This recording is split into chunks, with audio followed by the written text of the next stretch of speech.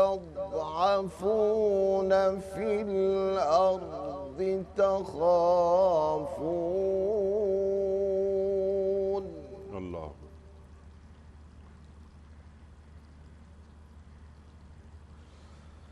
قليل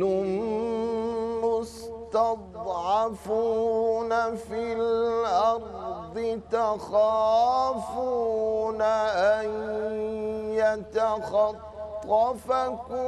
الناس فآواكم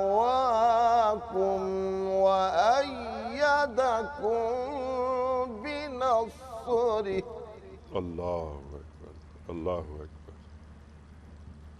یا اللہ کرم فآواكم وأيدكم بنصره ورزقكم من الطيبات لعلكم تشكرون سبحان اللہ سبحان اللہ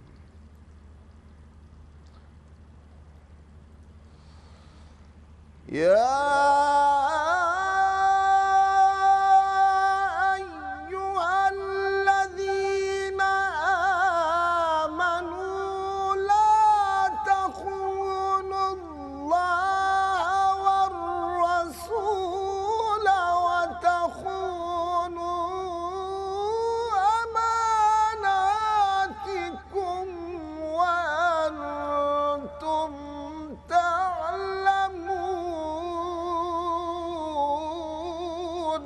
اللہ اکبر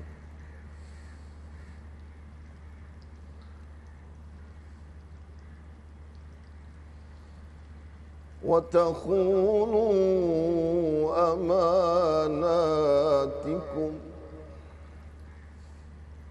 ماشاء اللہ ماشاء اللہ يا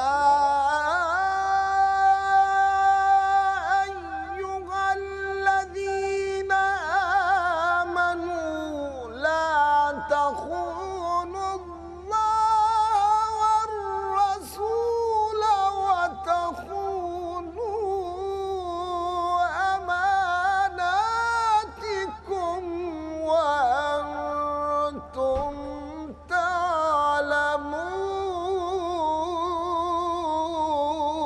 تعلمون ما شاء اللہ ما شاء اللہ سبحان اللہ سبحان اللہ والرسول وتخونوا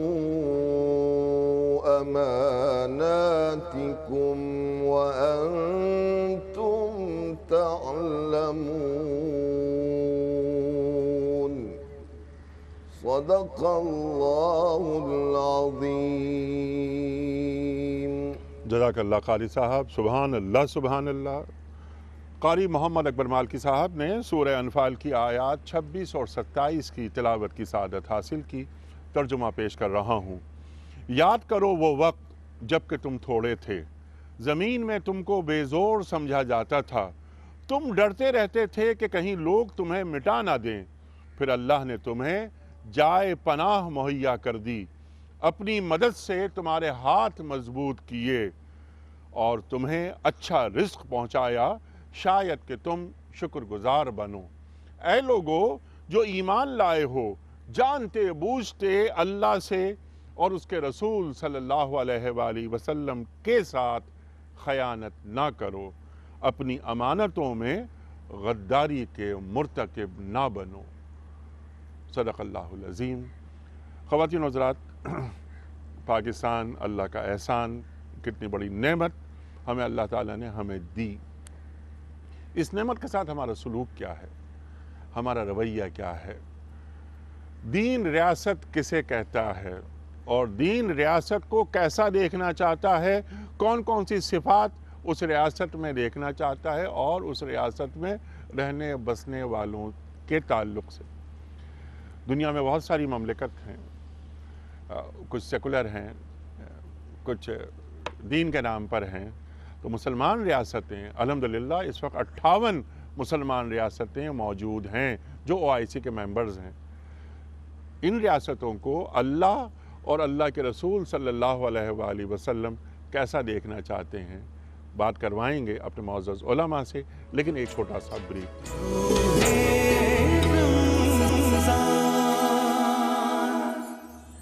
ویلکم بیک خواتین و حضرات، روح رمضان میں ایک بار پھر خوش آمدید۔ تشریف فرما ہے محترم مفتی محمد نجیب صاحب، مفتی ارشاد احمد اعجاز صاحب، ثنا خوان رسول کریم صلی اللہ علیہ وآلہ وسلم، محترم صدیق اسماعیل صاحب، قاری قرآن محترم قاری محمد اکبر مالکی صاحب۔ آج کا ایک خصوصی پروگرام ہم پیش کر رہے ہیں آپ کی خدمت میں جمعہ پاکستان کے حوالے سے۔ آج کا دن 14 اگست سن 47 کو 26واں روزہ ہی تھا۔ آج 26واں روزے کے حوالے سے ہم یہ پروگرام آپ کی خدمت میں کہ یہ 26واں روزہ وہ 26واں روزہ ہے کہ جب دنیا کے نقشے پر ایک مسلمان ریاست وجود پا رہی ہے، اسلامی جمہوریہ پاکستان۔ خواتین و حضرات، وطن کیوں درکار ہوتا ہے، رکھیں گے ہم سوالات بہت سارے، لیکن یہ وقت ہے نعت رسول مقبول صلی اللہ علیہ وآلہ وسلم کی سماعت کا۔ صدیق اسماعیل صاحب ایک نعمت کی شکل میں ہمیں دستیاب ہیں۔ صدیق بھائی، آپ سے گزارش۔ صلی علی حبیبنا صلی علی محمد۔ ہم بھی ایک نعت سنانے کے لیے آئے ہیں، ہم بھی ایک نعت سنانے کے لیے آئے ہیں، عاقبت اپنی بنانے کے لیے آئے ہیں، اپنے آقا کو سنانے کے لیے آئے ہیں، ہم بھی ایک نعت سنانے کے لیے آئے ہیں، نعت میں ڈال کے حالات زبوں ملت کا، نعت میں ڈھال کے حالات زبوں امت کا، اپنے آقا کو سنانے کے لیے آئے ہیں، اپنے آقا کو سنانے کے لیے آئے ہیں،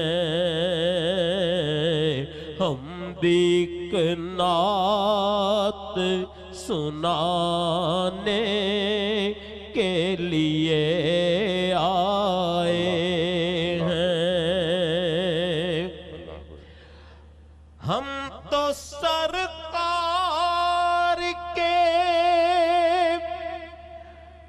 مداحوں کی آوازوں میں، ہم تو سرکار کے مداحوں کی آوازوں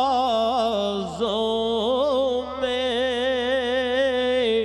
اپنی آواز ملانے کے لیے آئے ہیں، اپنی آواز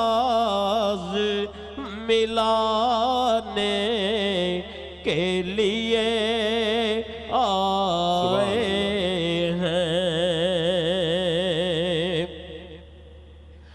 ہم نے دیکھا ہے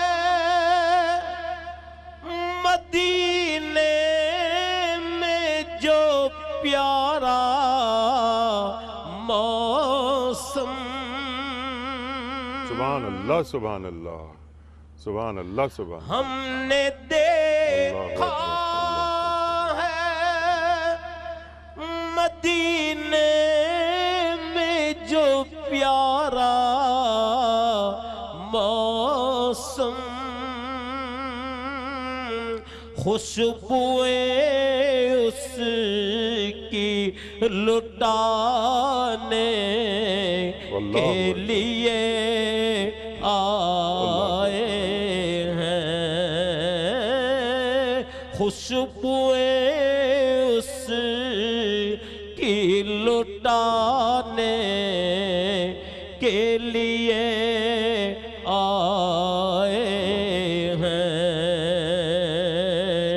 ہم بھی نعت سنانے کے لیے آئے ہیں اپنے آقا کو سنانے کے لیے آئے ہیں ہم بھی نعت سنانے کے لیے آئے ہیں جزاک اللہ صدیق بھائی سبحان اللہ سبحان اللہ سبحان اللہ سبحان اللہ مفتی صاحب آغاز کر رہے ہیں آپ سے 26واں روزہ 14 اگست کو 26واں روزہ ہی تھا اور پاکستان دنیا کے نقشے پر طلوع ہو رہا ہے کبھی غروب نہ ہونے کے لیے انشاءاللہ انشاءاللہ ارشاد فرمائیے کہ ریاست یعنی دین کا میں تصور کیا ہے ریاست کا دین کو ریاست کیوں درکار ہوتی ہے ہم نے پھر یہ بتائیے گا ہمیں کہ ہم نے یہ پاکستان کیوں لیا پاکستان کا مطلب کیا لا الہ الا اللہ پاکستان کا مقصد کیا محمد رسول اللہ ارشاد فرمائیے بسم اللہ الرحمن الرحیم نحمدہ و نصلی علی رسولہ الکریم اللہ تبارک و تعالی نے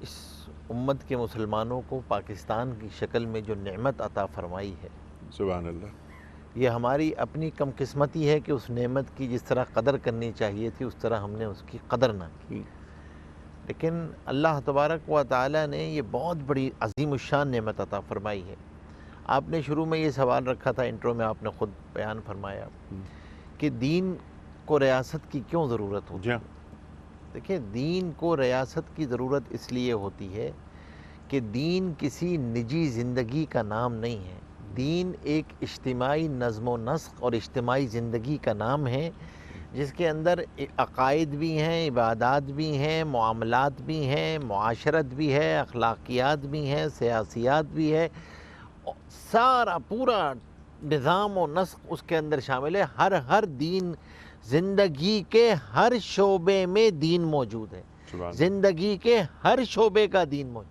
تو زندگی کے ہر شعبے کا دین زندہ ہو جائے اس کے لیے آپ کو ریاست کی ضرورت ہوتی ہے ورنہ ویسے تو مسجد کا دین تو مسجد سے قائم ہو جاتا ہے ٹھیک ہے لیکن مسجد کی چار دیواری سے جو باہر کا دین ہے اس کے لیے آپ کو ریاست کی ضرورت ہوتی ہے وہاں آپ کو ریاست کی ضرورت پڑتی ہے اس لیے حضور پاک صلی اللہ علیہ وسلم نے مدینہ منورہ میں آ کے ریاست مدینہ جو ہے اس میں آپ کو قیامت تک کے لیے خدوخال مل جاتے ہیں قیامت تک کے لیے ریاست کے خدوخال کیا ہوں گے حکمران کیسے ہوں گے اور ریاست مامورین کیسے ہوں گے اس کے رویے کیا ہوں گے وہاں کی ادارے کون کون سے ہوں گے دینی اداروں کا کیا نظم و نسق ہوگا اور ریاست چلانے والوں کے اندر کن معیارات کو سامنے رکھا جائے گا چننے کے لیے یہ تمام چیزیں موجود ہیں یہ تمام چیزیں ہمارے پاس موجود ہیں آپ آ جائیے پاکستان کے اوپر دیکھیں پاکستان تو حاصل ہی اس مقصد کے لیے کی گیا جس کی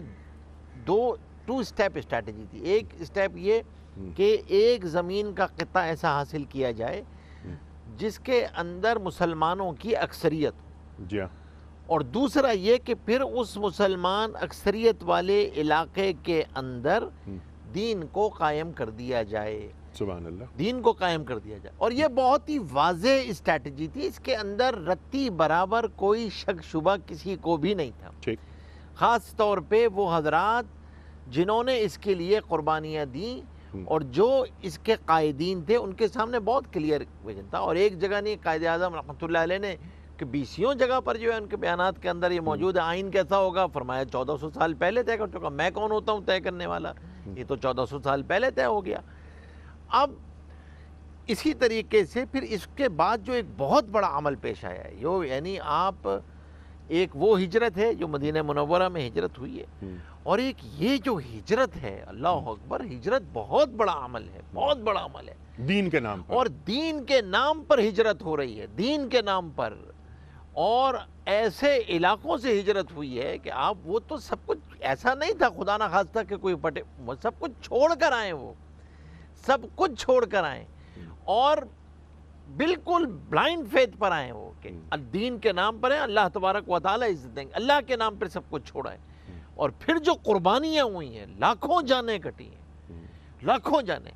اور آپ سوچیں نا، اس کے بعد اتنی بڑی قربانی مسلمانوں کی، اور کسی ہجرت میں آپ کو نظر نہیں آئے گی، کسی ہجرت میں نظر نہیں آئے گی. اب یہ نعمت جو ہمیں ملی ہے، اس نعمت میں جو آپ نے بھی سوال اٹھایا ہوا تھا، میں شاید آگے موقع نہ ملے، ایک بات میں کہتا چلا جاؤں کہ ہماری اپنی بدعمالیوں کی بنا پہ جب بھی اللہ کی طرف سے کوئی ایسے حالات اس ملک پر آتے ہیں جس میں ہماری ہی ناقبت اندیشیاں ہوتی ہیں، تو کچھ بات کی بولیاں سننے کو ملتی ہیں.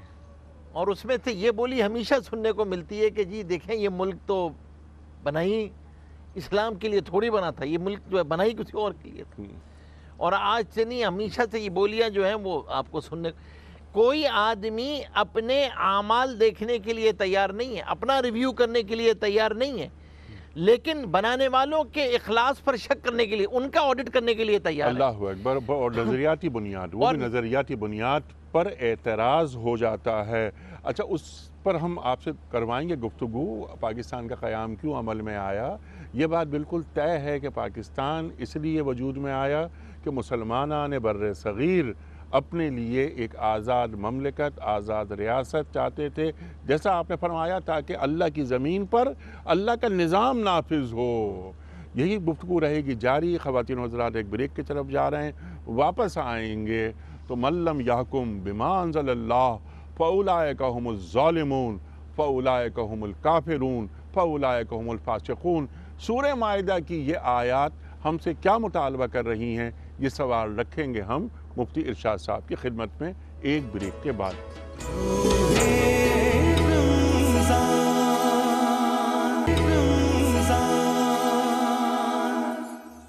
ویلکم بیک خواتین و حضرات. روح رمضان میں ایک بار پھر خوش آمدید. پاکستان اللہ کا احسان. آج یوم آزادی کے حوالے سے خصوصی پروگرام ہم پیش کر رہے ہیں آپ کی خدمت میں. مفتی ارشاد صاحب، بنیادی گفتگو مفتی نجیب صاحب نے عطا فرمائی. اسی بات کو لے کے ذرا آگے چلتے ہیں. دین ایک مکمل پیکج ہے. نمازیں تو ہندوستان میں بھی پڑھی جاتی تھیں، آج بھی دنیا بھر میں نمازیں پڑھی جا رہی ہیں، لیکن ایک آزاد ریاست میں ادا ہونے والے سجدے اور ایک غیر مسلم ریاست میں ادا ہونے والے سجدوں میں زمین آسمان کا فرق ہوتا ہے. تو پاکستان کو تو ایک ماڈرن ویلفیئر اسٹیٹ ہونا چاہیے تھا. الحمدللہ ہم بہت آگے ہیں. ایسا نہیں کہ ہم نے صرف کھویا ہی کھویا ہے، بہت پایا بھی ہے. ہماری ریاست کو کیسا ہونا چاہیے؟ دین کیا بتا رہا ہے؟ ارشاد.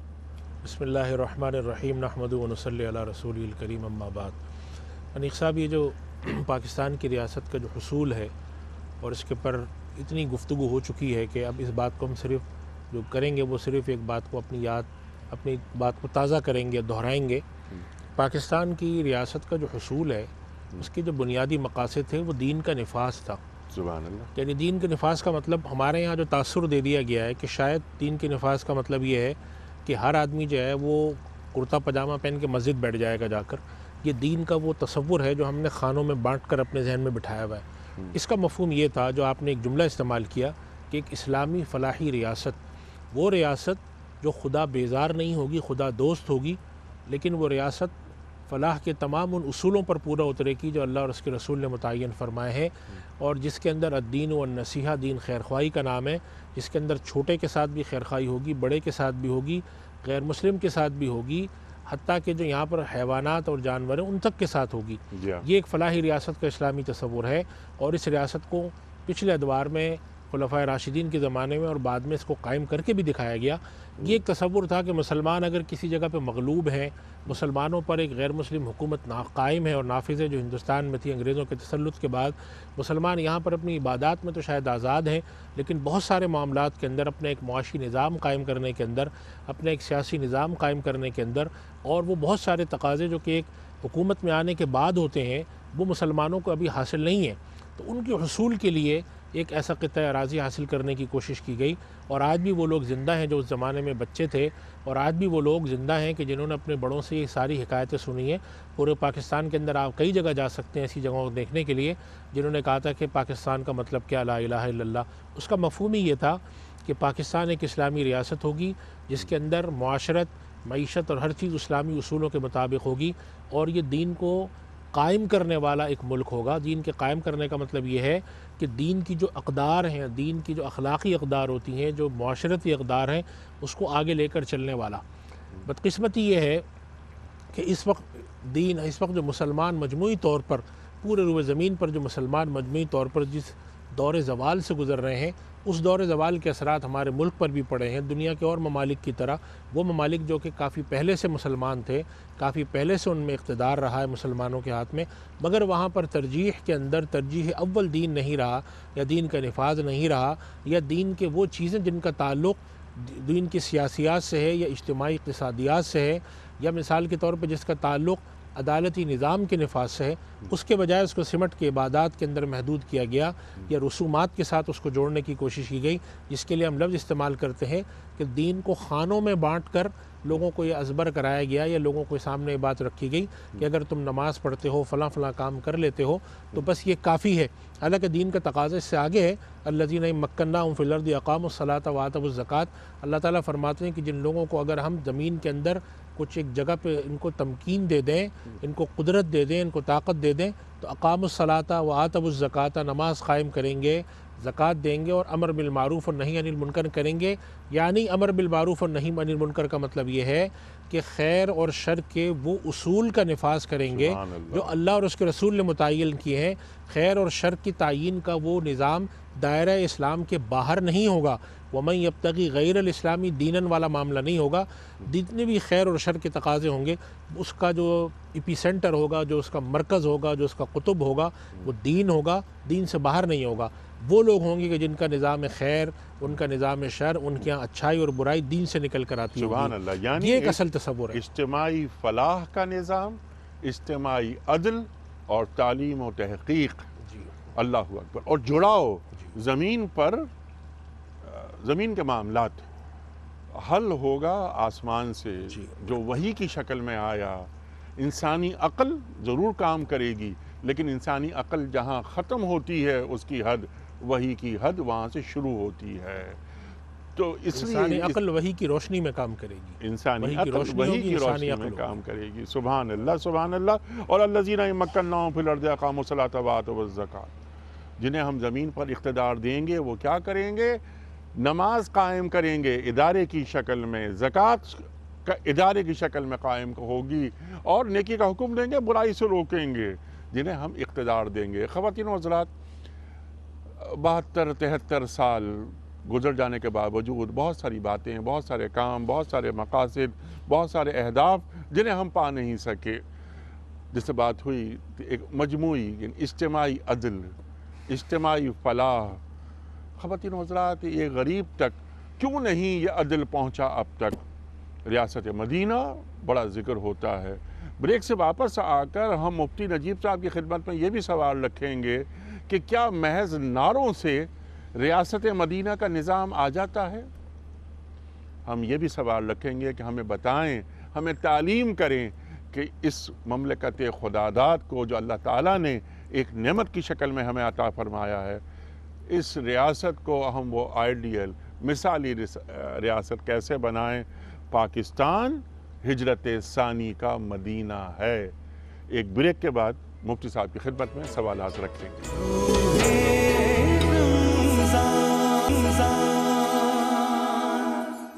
ویلکم بیک خواتین و حضرات، روح رمضان میں ایک بار پھر خوش آمدید۔ آج خصوصی پروگرام پیش کر رہے ہیں آپ کی خدمت میں پاکستان اللہ کا احسان۔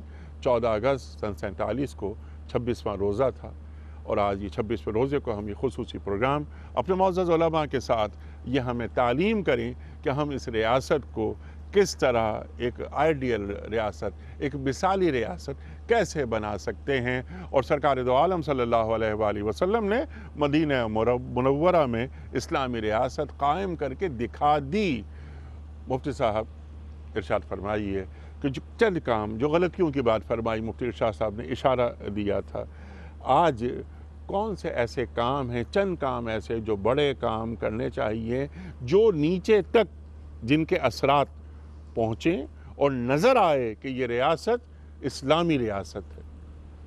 دیکھیں انیس صاحب، دو طرح کے کام ہیں۔ ایک وہ کام ہیں جو ریاست کی سطح پہ ہونا ضروری ہے، اور ایک وہ کام ہیں جو ایک عام پاکستانی کی سطح پہ ہونے ضروری ہے۔ ریاست کی سطح پہ 3 شعبے بڑے اہم ہیں۔ ایک اقتصادیات کا شعبہ، معیشت، اور دوسرا جو ہے وہ تعلیم کا شعبہ، تعلیم و تحقیق کا شعبہ، تیسرا جو ہے وہ قانون کا شعبہ۔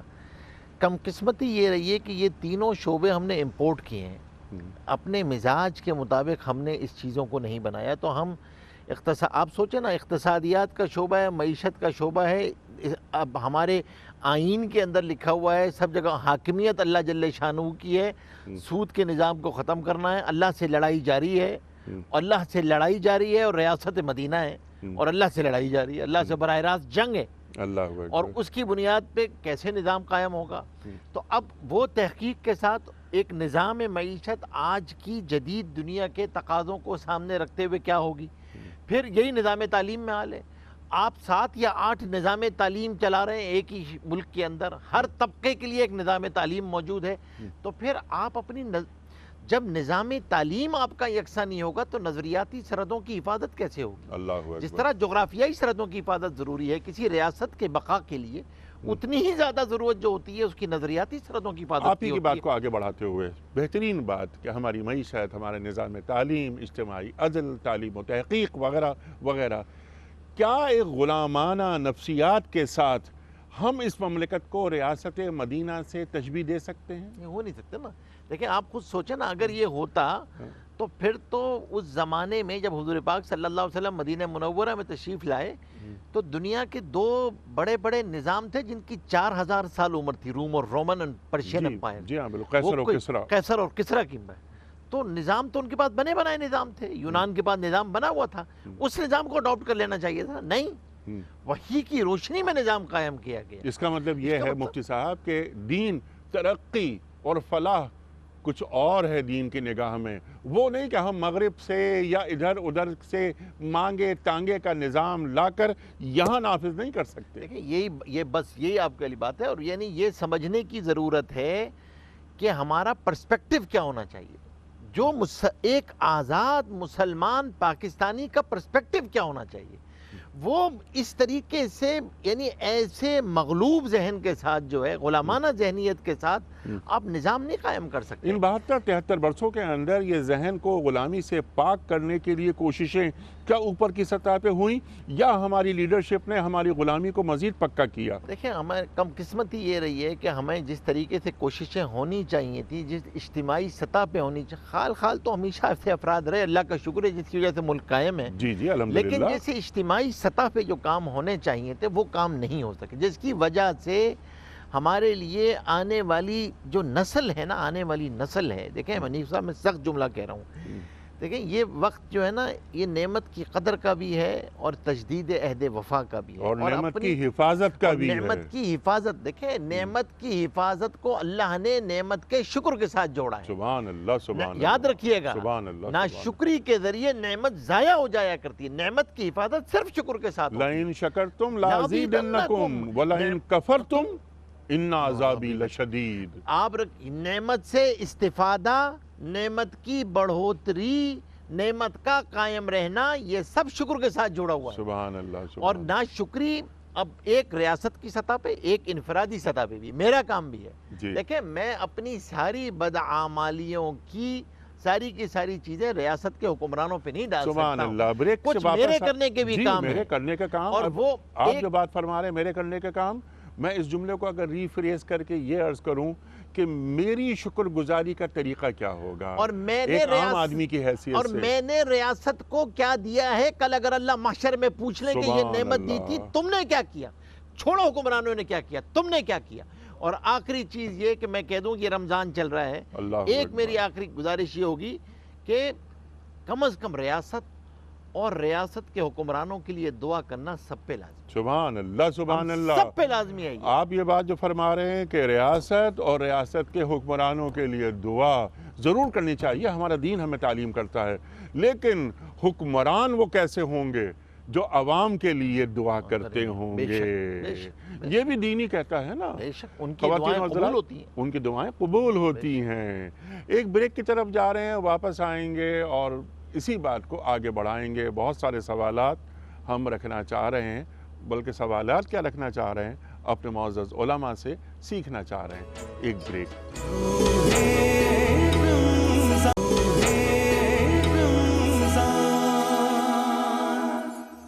ویلکم بیک خواتین و حضرات. روح رمضان میں ایک بار پھر خوش آمدید. تشریف فرمائیں محترم مفتی محمد نجیب صاحب، مفتی ارشاد احمد اعجاز صاحب، ثنا خوان رسول کریم صلی اللہ علیہ وآلہ وسلم محترم صدیق اسماعیل صاحب، اور قاری قرآن محترم اکبر مالکی صاحب. آج یہ خصوصی پروگرام 26 رمضان کے حوالے سے، یعنی آج 14 اگست سن 47 کو 26واں روزہ تھا اور دنیا کے نقشے پر پاکستان طلوع ہو رہا تھا. الحمدللہ پاکستان کا طلوع ہونا، یعنی پاکستان طلوع ہوا کبھی نہ غروب ہونے کے لیے، یہ ایک نعمت ہے.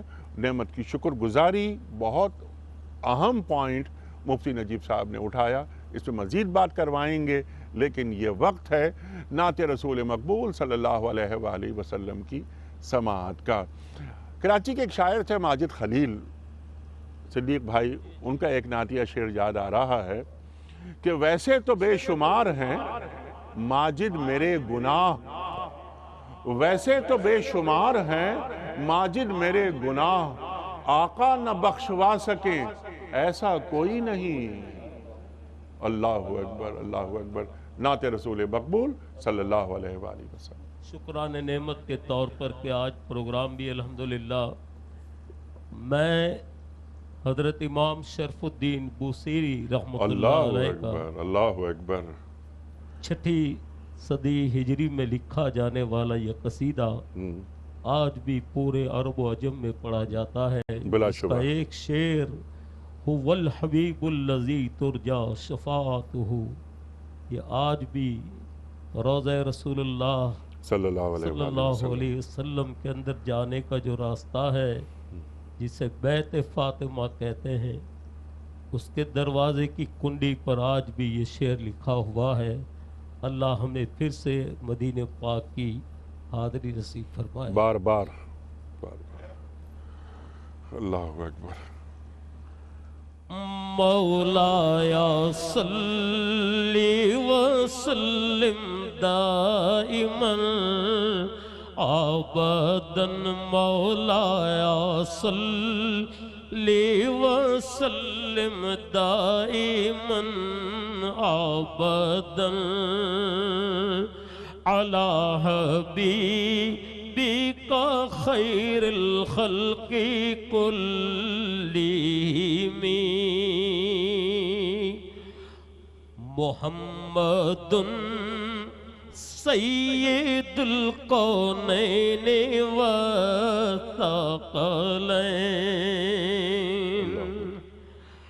محمد سید القونین والثقلین والفریقین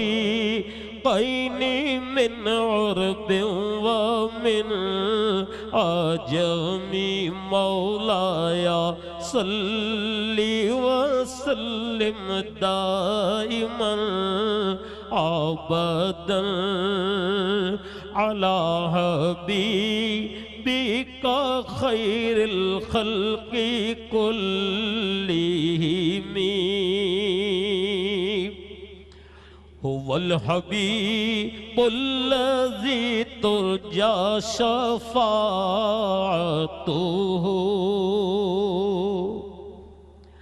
هو الحبيب الذي ترجى شفاعته لكل هول من الله ولمقتهم لكل هول من الله ولمقتهم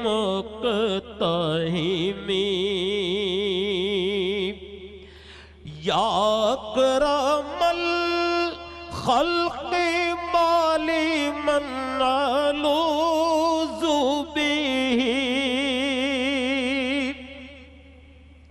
يا أكرم الخلق ما لمن ألوذ به سواك عند حلول الحديث الأمامي مولاي صل وسلم دائما أبدا على حبيبك خير الخلق كلهم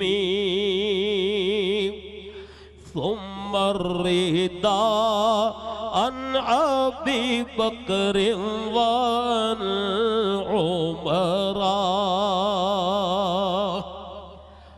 ثم الرضا عن أبي بكر وعن عمر وعن علي وعن عثمان ذي الكرم مولاي صل وسلم دائما أبدا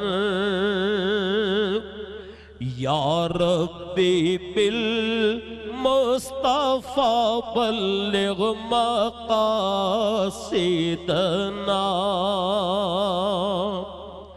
يا ربي بالمصطفى بلغ مقاصدنا واغفر لنا ما مضى يا واسع الكرم مولاي صل وسلم دائما أبدا على حبيبك خير الخلق كلهم جزاک اللہ صدیق بھائی، سبحان اللہ۔ مفتی ارشاد صاحب، پروگرام کا بالکل آخری وقت، لاسٹ منٹس جاری ہیں، ارشاد فرما دیجئے شکر گزاری پاکستان ایک بڑی نعمت کی شکل میں ہمیں حاصل ہوا، شکر گزاری کے آداب کیا ہیں؟ لَإِن شَكَرْتُمْ لَأَزِيدَنَّكُمْ پہ بھی بات ہوئی ہے۔ ایک عام شخص مجھ جیسا پاکستانی اس سے محبت کرنے کا ایک دعویٰ میں رکھتا ہوں، شکر گزاری کی شکل کیا ہوگی؟ ایک حکمران ہے، ایک کاروباری شخصیت ہے، ایک عالم دین ہے آپ جیسا، وہ شکر گزاری کس طرح کرے اس مملکت کی کہ اللہ تعالیٰ نے کتنی بڑی نعمت ہمیں عطا فرمائی، اور جب آدمی شکر گزاری کرتا ہے تو اللہ تعالیٰ نعمت میں اضافہ کرتا ہے۔ تو اس نعمت میں اضافہ کیسے ہوگا؟ شکر گزاری کیسے ادا کی جائے؟ ارشاد۔ دیکھیے انیق صاحب، ہمارے ملک میں جو اس وقت حالات ہیں، ظاہر سی بات ہے کہ پچھلے کوئی کافی طویل عرصے سے حالات بہت اچھے نہیں ہیں، بہت خوشگوار نہیں ہیں، تو اس کے نتیجے میں لوگوں کی طبیعت میں ایک ایسے الفاظ ہم آپ سنتے رہتے ہیں، یہاں کیا رکھا ہے، اس ملک میں کیا رکھا ہے۔ سب سے پہلی بات تو یہ ہے کہ جو اللہ کی طرف سے نعمت ملتی ہے اس کے اندر اگر ہمیں خامی نظر آئے تو اس کے ایک بڑے پہلو پر نظر ہونی چاہیے۔ خدا کی نعمت، ہمارے پاس ایک ملک ہے، ایک اسلامی ملک ہے جس میں ہم آزاد ہیں، آس پاس کے ملکوں میں ہم جب نظر کرتے ہیں تو ہمیں اندازہ ہوتا ہے کہ وہاں کیا مشکلات جی ہیں، ہاں، غیر مسلم ملکوں میں آباد مسلمانوں کے لیے کیا دشواریاں ہیں۔ تو پہلی بات تو یہ کہ اللہ کی نعمت کے اندر جو جو چیزیں ہمیں شکر کی نظر آتی ہیں اس پر شکر کا مزاج بنائیں، شکر پہلے کریں، اور جو خامیاں ہیں اس کا ذکر کرنے کے ساتھ اللہ سے دعا کریں کہ پروردگار یہ ہمارے یہاں جو خامیاں ہیں اس کو یہ کمزوریاں ہیں اس کو ختم فرما۔ اور تیسرا اہم نقطہ یہ ہے کہ بحیثیت فرد جو بھی خامی، جو بھی کمزوری ہمیں نظر آتی ہے اور ہم اس کے اندر شریک ہیں، ہمیں اس کو بھی ختم کرنا چاہیے۔ ہمارے یہاں دشواری یہ ہے کہ ہم ان خامیوں پہ نظر کرنے کے بجائے دوسرے پہ ڈالتے ہیں۔ ہو سکتا ہے کہ ہم چاہے کسی قسم کی کرپشن میں ہم بھی مبتلا ہوں، ہو سکتا ہے کسی قسم کی بدعنوانی میں ہم بھی مبتلا ہوں، ناشکری میں ہم بھی مبتلا ہوں، لیکن اپنا عیب ہمیں نظر نہیں آتا۔ اور اس کے ساتھ ساتھ تلقین خیر کی کرنی چاہیے۔ اللہ تعالیٰ نے ان لوگوں کی تعریف فرمائی ہے اور ان لوگوں کو فائدے میں بتایا ہے، تواصوا بالحق و تواصوا بالصبر کرنے والے ایک دوسرے کے ساتھ تواصوا بالحق تواصوا بالصبر کریں اور بہتری کی طرف لے جانے کی کوشش کریں۔ جو ہم کردار اس میں ادا کر سکتے ہیں اس کی بہتری کے اندر، اس کو ہر طرح کی، جسے ہم کہتے ہیں ملک اور ملت کی خدمت کے طور پہ ہم اس ملک کے لیے فرد کی حیثیت سے جو کر سکتے ہیں کرنا چاہیے۔ اس میں کم از کم درجہ جو مفتی نجیب صاحب نے بیان فرمایا تھا وہ کم سے کم درجہ یہ ہے کہ ہم اس کی فلاح و بہبود کے لیے دعا کریں، جس طرح ہم اپنے گھر کے لیے اور اولاد کے لیے کوشش کرتے ہیں، ایک وطن کے لیے بھی وہ دعا کے ساتھ کوشش ساتھ کرنی اپنے چاہیے، عمل دعا کرنی چاہیے۔ سے اس کا عمل اظہار بھی بھی اور کریں دعا بھی۔ تاکہ ایک اجتماعی فلاحی ریاست نظر آئے۔ جو ہمارے بڑوں کا، ہمارے اسلاف کا خواب تھا وہ تعبیر اختیار کرے کہ ایک ماڈرن ویلفیئر اسٹیٹ درکار ہے، اور یہ ہمیں اسٹیٹ مل گئی۔ اجتماعی عدل ہمیں نظر آئے، تعلیم اور تحقیق کا نظام نظر آئے تاکہ پاکستان آگے بڑھے۔ الحمدللہ نیوکلیر پاور ہیں ہم، 22 کروڑ افراد ہیں، ہیومن ریسورسز ہمارے پاس ہیں، بہت اگلے جو اقوام ہیں، اگلی اقوام ان میں ہم شامل ہیں، لیکن غلامانہ ذہنیت جو مفتی نجیب صاحب نے فرمائی بات، اس کو نکالنا ہوگا۔ خیرہ نہ کر سکا مجھے جلوہ دانش فرنگ، سرما ہے میری آنکھ کا خاک مدینہ و نجف۔ خواتین و حضرات، آج یہ خصوصی پروگرام 26 رمضان ہے۔ 26 رمضان 14 اگست 47 کو بھی 26 رمضان تھا، اور پاکستان گلوب میں ایک نئے ملک، نئی ریاست کی شکل میں نمودار ہو رہا تھا۔ الحمدللہ پاکستان نے بہت ترقی کی، ہم بہت آگے ہیں۔ کچھ خامیاں ہیں یقیناً، انہیں دور کرنے کی ضرورت ہے، لیکن مایوسی بالکل بھی نہیں۔ جو نعرے لگاتے ہوئے ہمارے بڑے داخل ہوئے تھے پاکستان میں، ان کا نعرہ تھا پاکستان کا مطلب کیا؟ لا الہ الا اللہ۔ ہمارا نعرہ یہ ہے کہ پاکستان کا مقصد کیا؟ محمد الرسول اللہ۔ اپنے میزبان انیق احمد کو کل تک کے لیے اجازت دیجیے، کل ایک نئے پینل اور ایک نئے موضوع کے ساتھ حاضر ہوں گے۔ خدا حافظ۔